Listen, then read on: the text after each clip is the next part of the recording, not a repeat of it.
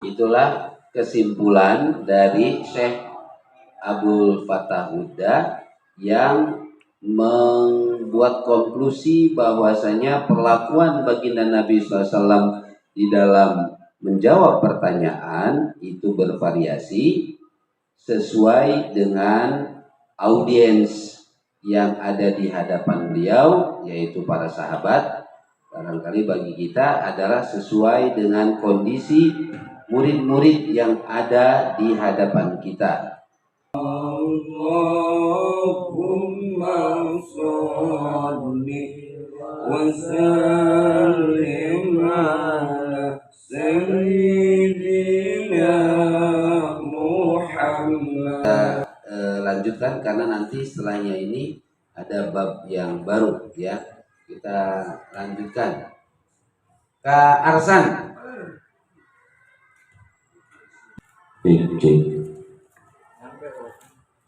وهناك أحاديث أخرى من هذا القبيل مما اختلفت فيه أجوابة في بيان أفضل الأعمال أو أحبها وإنما يرجع اختلاف فيها إلى رعاية الفروق الفردية بين أفراد السائلين وجماعاتهم أو أوقات السؤال أو أعلم السؤال السائل بما كان أفضل من غيره في وقت سؤاله فقد كان جهاد في ابتداء الإسلام أفضل الأعمال أنه الوسيلة إلى التمكن من أدائها وقد تضافر صلاة أفضل من صدقة ومع ذلك ويبشر كلا بما يحتاج إليه وبما يليق به sallallahu ta'ala ala wa. Abu Huda menjelaskan bahwasanya masih banyak hadis-hadis lain, hadis ukhra disampaikan oleh Rasulullah SAW. Ternyata beda kita menghadapi tentang pertanyaan yang isinya adalah amal wa ahabbuha. Sesungguhnya pangkalnya atau masalahnya itu kenapa ada perbedaan ya mura'atan lil furuq al-fardiyah, karena memperhatikan perbedaan individu dari yang bertanya tersebut. Kemudian Nabi Muhammad SAW memberikan pengajaran kepada semuanya bima yahtaju dengan apa yang dibutuhkan. Jadi bukan dengan apa yang ditanyakan, tapi dengan apa yang dibutuhkan. Makanya Nabi sendiri sering mengalihkan jawaban itu pada jawaban yang dibutuhkan, bukan pada jawaban dari pertanyaan yang disampaikan. Atau mungkin ada cara ini Islam, ilah-ilah Islam yang belum sempurna dipahami oleh orang tersebut, maka itulah yang diajarkan. Wala balaghu atau misalkan ada Da'im yakni fi'il di'amah arkan min arkan atau bima lahu fihi rabba atau bima huwa la'iqun bihi, atau misalkan terkait dengan apa yang disukai yang digemari oleh si penanya, atau sekali lagi kembali pada apa yang sesuai yang layak bagi orang tersebut meskipun pertanyaan itu sama. Au a'lam sa'ila bimakan afdal min ghairihi fi waqti su'alihi, atau Nabi menyampaikan kepada seorang yang bertanya tentang apa yang paling utama dari hal yang lain fi waqti su'alihi. Jadi yang diperhatikan bukan apa esensi pertanyaannya, tapi di waktu di mana pertanyaan itu disampaikan. Contohnya misalkan, apakah jihad fi Islam afdalul a'mal? Jadi ketika melihat waktunya, waktu di mana pertanyaan itu disampaikan, disitulah Nabi menekankan. Contohnya di awal-awal Islam, maka yang paling utama tentunya tidak lain adalah jihad. Itu di ibtida'il Islam, jadi terkait dengan waktunya. Kalau semakin semakin kesini, ya berarti sesuai dengan apa yang karena al-wasilah ila qiyam biha wa tamakkun min adai. Karena jihad itu adalah upaya untuk memaksimalkan Islam. Al-wasilah ila qiyam biha merupakan sarana untuk menegakkan absolut amal tadi. Juga bagaimana memaksimalkan pelaksanaannya. Tanpa jihad, maka yang lain sholat, puasa, haji tidak akan terlaksana dengan baik. Pokok terdapat adilan pada anak sholat afdol minat sodako. Ada juga dalam keterangan lain disebutkan bahwa sholat itu dinyatakan lebih utama daripada sodako karena memang timingnya. Padahal tapi waktu puasa itu aku sodako afdol. Tapi ketika kondisinya misalkan banyak orang yang sangat menjelaskan, jadi bukan lagi sholat itu afdolnya sodako, kemudian sodako dianggap lebih utama dari sholat. Nabi Shallallahu Alaihi Wasallam buat mu'alim al-Qusr dan Basir. Basir itu lebih banyak tadi, ilahi wa bima yani ini. Dan semua adalah sosok alim yang mursyid, orang yang tercerahkan dan mencerahkan. Kemudian beliau mengajar sesuai dengan apa yang dibutuhkan, apa yang paling pas bagi orang yang diajari atau mendidik atau kalau mungkin kalau sekarang itu konteksnya ada yang disebut dengan fikih prioritas ya, dengan fikih prioritas. Ya, sekarang itu ada fikih kondisional, ada fikih prioritas. Ya. Jadi kondisional. Apa dibutuhkan oleh umat yang diutamakan. Itulah kesimpulan dari Syekh Abdul Fattah Huda yang membuat konklusi bahwasanya perlakuan baginda Nabi SAW di dalam menjawab pertanyaan itu bervariasi sesuai dengan audiens yang ada di hadapan beliau, yaitu para sahabat. Barangkali bagi kita adalah sesuai dengan kondisi murid-murid yang ada di hadapan kita. Maka perlakuannya masing-masing mempunyai perlakuan yang berbeda satu dengan yang lainnya. Kadang-kadang tadi ditegaskan jawaban disesuaikan dengan kondisi real time waktu itu. Real time-nya waktu itu adalah Islam sedang disebarkan. Maka yang paling afdol di dalam Islam yaitu al-jihadu fi sabilillah. Karena tantangan dan rintangan di awal penyebaran Islam begitu besarnya, penolakan besarnya. Maka harus ada penjagaan. Betul. Tadi bagaimana mau ibadah, sholat dan seterusnya kalau kondisi sekitar lingkungannya penuh gangguan, penuh teror, penuh persekusi dan seterusnya. Nah, kira-kira guru-guru bisa tidak memerankan sebagai al-muallimul mursyid wal hadil basir? Nabi ini An-Nabi SAW wal muallim al mursyid, guru mursyid. Ada guru mursyid, ada guru biasa ya.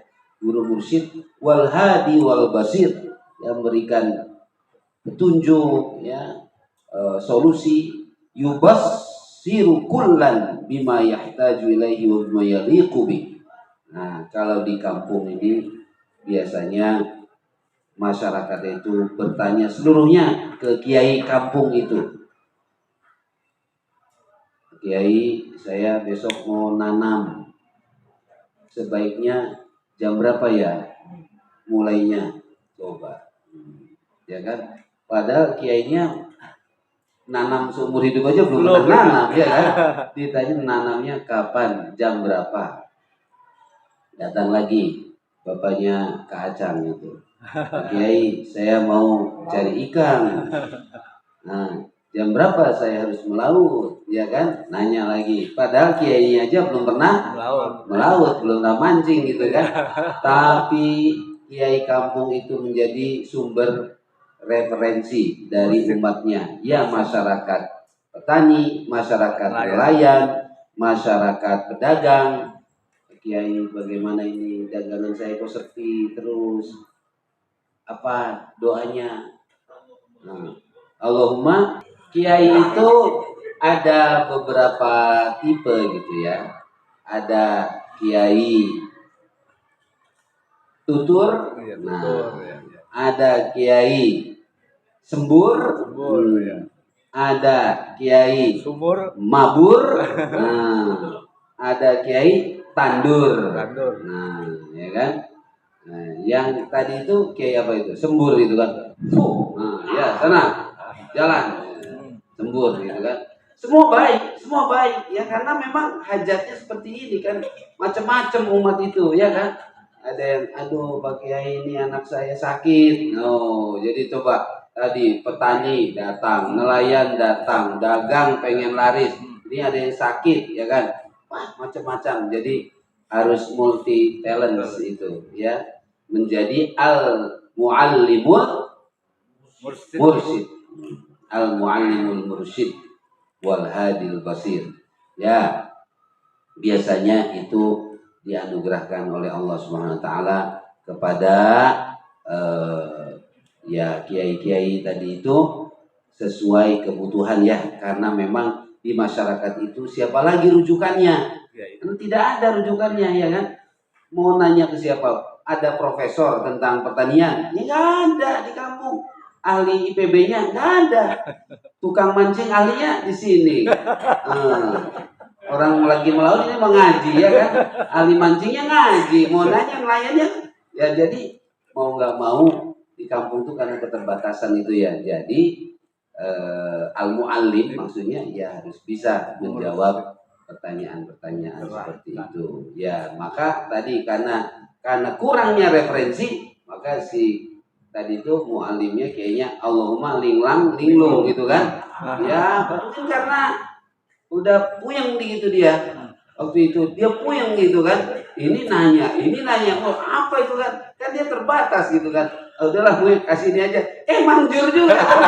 Baik, kakak sekalian, alhamdulillah ini sudah selesai yang riayatuhu sallallahu alaihi wasallam al-furuqul fardiyah, perhatian bainan Nabi kepada perbedaan individu, dan akan datang tentang ta'limu sallallahu alaihi wasallam bil hiwari wal musa'alati. Ini bagus ini ya, metode tanya jawab ya. Gimana? Kalau dikondisikan zaman sekarang kita menjawab pertanyaan orang-orang itu satu pertanyaan tapi berbeda jawaban, apakah tidak menimbulkan perpecahan atau kontradiksi ya, kontradiksi ya. Apakah harus disamakan jawaban? Bagaimana era sekarang ini ya, apabila ada pertanyaan lalu jawabannya bermacam-macam ya kan, apalagi media sosialnya sudah begitu berkembang, nanti diviralkan, bagaimana sih ini katanya yang ini kok sekarang berbeda, wah gimana nih Ustadz ini ya, tidak konsisten, jadi viral di media sosial. Bagaimana kira-kira? Ayo. Tapi ini tadi pertanyaannya, bagaimana kalau Ustadz hari ini ditanya oleh umatnya dengan pola jawaban yang berbeda-beda seperti itu, gimana kira-kira? Masih relevan atau tidak? Apakah tidak menyebabkan kegamangan gitu? Pertanyaannya. Nah, coba bagaimana? Kalau mufti itu kan yang bakaran sifatnya tidak mengikat, tidak wajib diikuti kecuali oleh kekayaan. Misalnya kalau mufti ada waktu arisan Jumat gitu kan, lagi mau naik mobil kadang ibu bagaimana gitu. Saya nanya, saya gini dan soal saya gini. haram ini. Mungkin nanti orang bertanya, nanya apa ini yang jadi halal gitu. Jadi beda-beda. Jadi kalau yang ini, maksudnya pasarnya kan orang datang tidak bertanya, berbeda orang, dia pasti berbeda jawaban karena berbeda masalah. Kalau seandainya ada jejak digital, kalau contohnya nih mbak di atas mimbar ada ininya, pertanyaan sama, Tapi beda jawaban. tapi beda jawaban. Contohnya di satu forum jauh begini, ya ini kan berbeda ininya. Kak Sukirno, kalau ini barangkali ada hal yang dilupakan oleh si narasumber ini. Tapi yang tadi saya pahami itu bagaimana kalau hari ini Ustadz ditanya tentang oleh umat ya tentang suatu problem itu. Lalu jawaban yang diberikan di kampung ini beda dengan kampung sebelah gitu. Bagaimana ini masih bisa nggak seperti ini? Menurut hemat saya ini, karena tadi apa yang diajarkan oleh baginda Nabi itu juga yang supaya digambarkan oleh Syekh Abu Fatah Buddha itu, yaitu apa namanya? A'lam as-sa'ila bimakanal afdol min ghairihi fi waqti su'alihi. Ya, jadi kita lihat nggak apa-apa karena yang sedang dibutuhkan saat itu hari ini umpamanya masalah apa namanya umat sekarang ini tentang stunting. Apa stunting? Tinggi. Hah?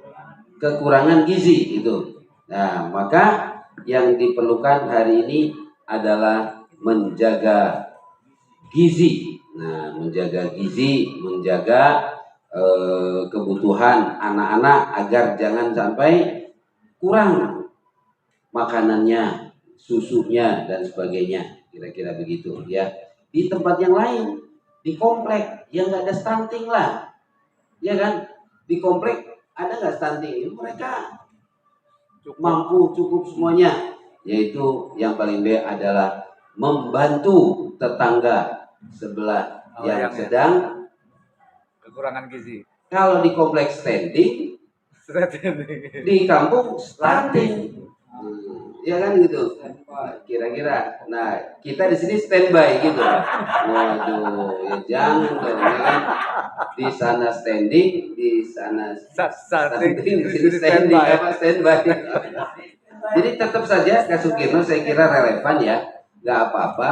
Walaupun nanti umpamanya diviralkan sebagai ini kok tidak konsisten, ya lihat ala kondisi ininya, kondisinya ya, nggak ada masalah ya. Begitu ya. Baik, terima kasih, ini sudah jam 7:04. Jazakumullah jaza atas kehadiran dan partisipasinya. Kita doakan mudah-mudahan mereka yang telah berbuat baik pada kita, yang telah mendukung upaya muzakarah ini terus dengan berbagai macam kebaikannya, Allah terima dan Allah kabulkan hajat mereka. Yang sakit Allah sembuhkan, yang kesulitan Allah lapangkan, yang mempunyai hajat-hajat tertentu Allah kabulkan hajat-hajat mereka. Allahumma sholli ala sayyidina Muhammad wa ala ali sayyidina Muhammad alhamdulillahi rabbil alamin.